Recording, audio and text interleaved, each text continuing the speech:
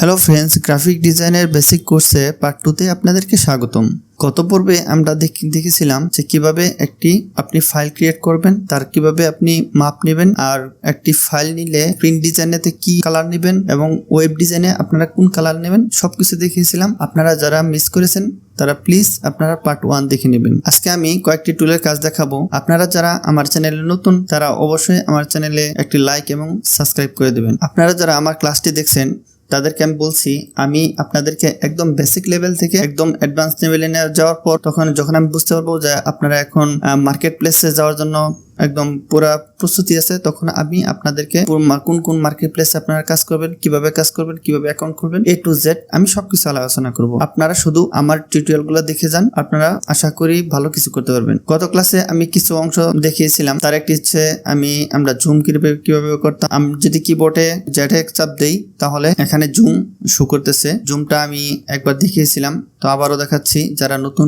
তাদের জন্য। আমি যদি এই মাউসটা Z অথবা এই যে এখানে এই টুলসে এখানে এটা জুম, এখানে ক্লিক দিয়ে আমি যদি এখানে ক্লিক করি তাহলে দেখবেন জুম হবে। আবার যদি এই পাশেও যদি জুম করি তাহলে এদিকে জুম হবে। আবার যদি মাউসটা এখানে জুম করি তাহলে এভাবে জুম হবে। আবার জুম আউট করব কিভাবে, অলটা ধরে জাস্ট একটা করে ক্লিক দিব, যেখানে ক্লিক দিব সেখানে জুম আউট হবে। যদি এখানে ক্লিক দিই এখান থেকে জুম আউট হবে, এখানে ক্লিক দিলে এখানে জুম আউট হবে। এখন দেখবো যে আমাদের এখানে অনেক টুলস কম আছে, তাহলে আমরা সম্পূর্ণ টুলস কোথায় থেকে পাবো? আমরা জাস্ট উইন্ডোজে যাব, উইন্ডোজে যাওয়ার পর আমরা এই অপশনে যাব। এই অপশনে যাওয়ার পর এই যে এসেনশিয়াল ক্লাসিক এটাতে ক্লিক করলে দেখবেন অনেক টুলস চলে আসছে, এই পাশে অনেকগুলো অপশন চলে আসছে। আবার এই কন্ট্রোল উপরে যে দেখতে পাচ্ছেন এগুলো বলা হয় কন্ট্রোল বার। এই কন্ট্রোল বার যদি আপনি উইন্ডোজে ক্লিক করেন, উইন্ডোজে ক্লিক করার পর তারপরে আপনি কি করবেন, এই কন্ট্রোল এটা যদি টিক চিহ্ন না দেওয়া থাকে তাহলে আমি টিক চিহ্ন উঠে দিচ্ছি, দেখুন উপরে এটা চলে গেল।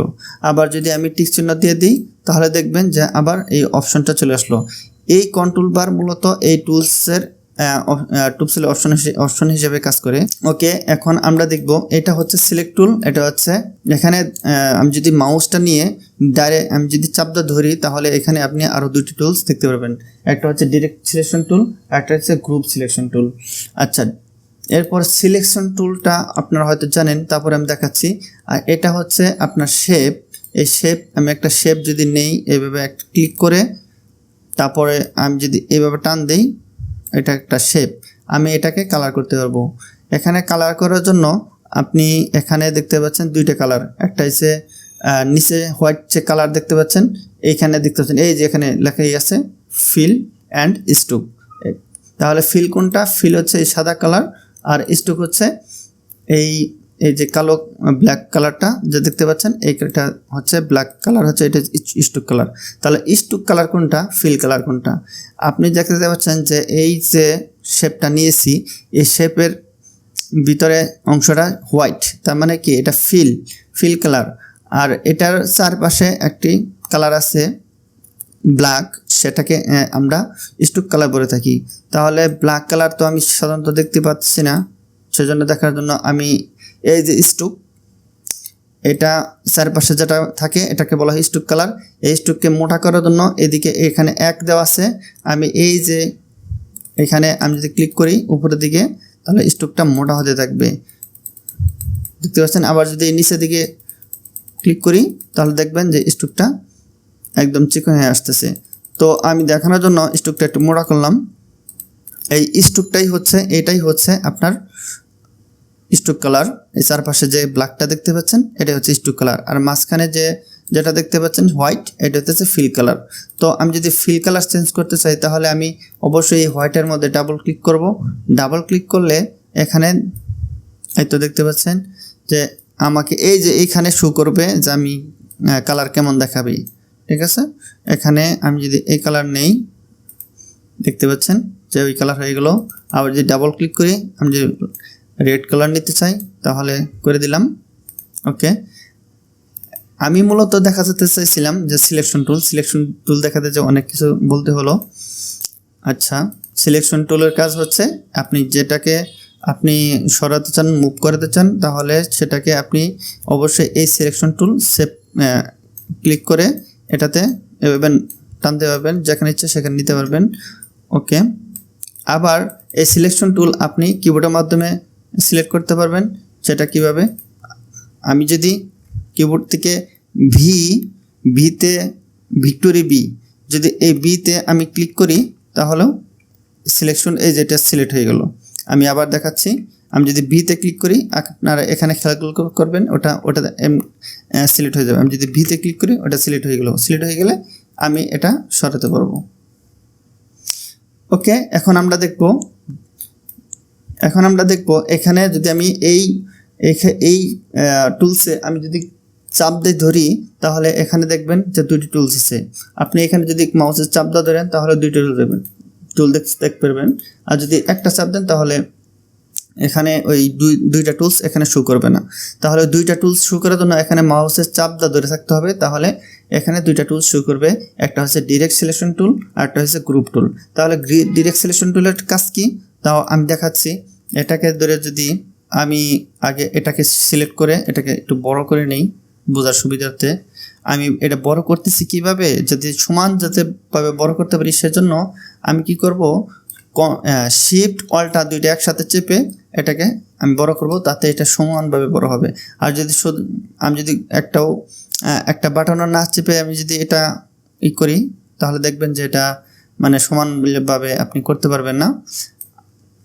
ওকে, আমি শিফট ধরে এটা সমানভাবে করতে চাইলে এটা করতে পারবো। আচ্ছা, অন্য কিছুতে দেখাই। আমি এটার ভিতরে এই পলিগন টুলটা নিই। পলিগন, এটার ভিতরেও কিন্তু অনেকগুলো টুলস আছে। এটা চাপদা ধরলে আপনারা দেখতে পারবেন, ক্রমান্বয়ে সব দেখতে পারবেন। তো আমি ডিরেকশন সিলেকশন টুল দেখানোর জন্য আমাকে এতগুলা দেখাতে হচ্ছে। ওকে, এখন ডিরেক্ট সিলেকশন টুলটা কি? ডিরেক্ট সিলেকশন টুলের কাজ হচ্ছে এই যে আপনার এই পয়েন্টগুলা, যে এই পয়েন্টগুলাতে ডিরেক্ট সিলেকশন টুল কাজ করে। আপনি যদি সিলেকশন টুল দিয়ে ধরতে চান তাহলে এই কোণা আপনি ধরতে পারবেন না। আর যদি এই ডিরেক্ট সিলেকশন টুল ক্লিক করেন তাহলে আপনি এই পয়েন্টটাতে ডাবল ক্লিক করতে হবে। এই পয়েন্টের উপরে ডাবল ক্লিক করে যদি টান দেন, দেখুন যখন আপনি ডিজাইন করবেন তখন আপনি ডিজাইন আইডিয়া এইভাবেই চলে আসবে যে আমি এইভাবে ডিজাইনটা করতে চাই। তাহলে সেটা কিভাবে করব, এই টুলসের কাজগুলো জানলে আপনারা বুঝতে পারবেন যে আপনারা একটা ডিজাইন আইডিয়া খুঁজে পাবেন। তো এখন আপনারা কন্ট্রোল জেড দিয়ে আমি আবার পূর্বে অবস্থায় যাব, কন্ট্রোল জেড, আর কন্ট্রোল শিফট জ্যাব দিলে আবার পরের অবস্থায় চলে যাবে, আগের অবস্থায় ফিরে আসবে।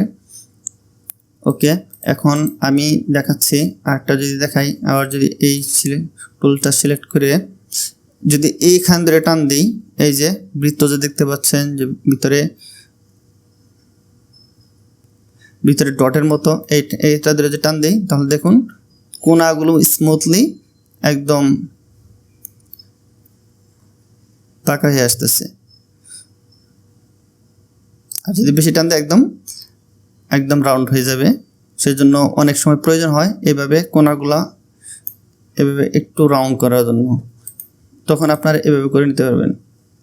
ওকে, কন্ট্রোল জেড দিয়ে আবার ব্যাকে যাই। এখন আছে group selection tool. Group selection tool কেমন? আর গ্রুপ সিলেকশনের কাজ হচ্ছে এটাকে ধরেন আমি এই দুটাকে আমি গ্রুপ করে ফেলেছি। এই দুটাকে গ্রুপ করবেন কিভাবে, আমি যদি আনগ্রুপ করে দেখাই, আমি এটাতে ক্লিক করে অপশন বাটন ক্লিক করে যখন আমি এই আনগ্রুপ করে এখানে দেখতে পাচ্ছেন আনগ্রুপ, এই আনগ্রুপে দিলে এটা আলাদা হয়ে যাবে। আর যখন আমি এই দুটাকে এভাবে টান ধরে সিলেক্ট করে এভাবে এখানে গ্রুপ করব, এটাকে আপনি যখন অন্য একটা কাজের প্রয়োজন হবে তখন আপনাকে আবার আনগ্রুপ করার প্রয়োজন হবে। আপনি আনগ্রুপ না করে আপনি কাজ করতে পারেন। সেটা কিভাবে করবেন, তার জন্য আপনাকে এই গ্রুপ সিলেকশন টুলটা দেওয়া হয়েছে। যে এটাতে আমি ক্লিক করার পর আপনি দেখতে পারবেন যে আমি যদি এইটা দিয়ে এই সিলেকশন দিয়ে যদি আমি সিলেক্ট করি তাহলে দুইটাই সিলেক্ট হয়ে যাচ্ছে। তাহলে যদি আমি আলাদা আলাদা সিলেক্ট করতে চাই আনগ্রুপ না করে, তাহলে কিভাবে করব, তাহলে এই যে ডিরেক্ট সিলেকশন টুল আছে এটাতে ক্লিক করে আপনি এইভাবে আলাদা আলাদাভাবে ধরতে পারবেন। এটা তেমন একটা প্রয়োজন হয় না, এটা আপনার ডিরেক্ট সিলেকশন টুলও সেমভাবেই কাজ করে। আমি যা দেখেছি, এটা না দিলেও পারতো, হয়তো আরও অ্যাডভান্স কোনো চিন্তা করে দিতে পারে জানি না, তবে এটা আমার কাছে মনে হয়েছে এটা না দিলেও চলতো। ওকে, আজকে এই পর্যন্ত দেখানো ছিল। আগামী ক্লাসে আমরা পরবর্তী 2টা টুলের কাজ করব, ম্যাজিক টুল এবং লেসার টুলের কাজ দেখবো। আশা করি আপনারা পরবর্তী ক্লাস দেখবেন। আজকের ক্লাস যদি আপনাদের ভালো লাগে থাকে অবশ্যই আপনারা লাইক, কমেন্ট এবং সাবস্ক্রাইব করে দিবেন।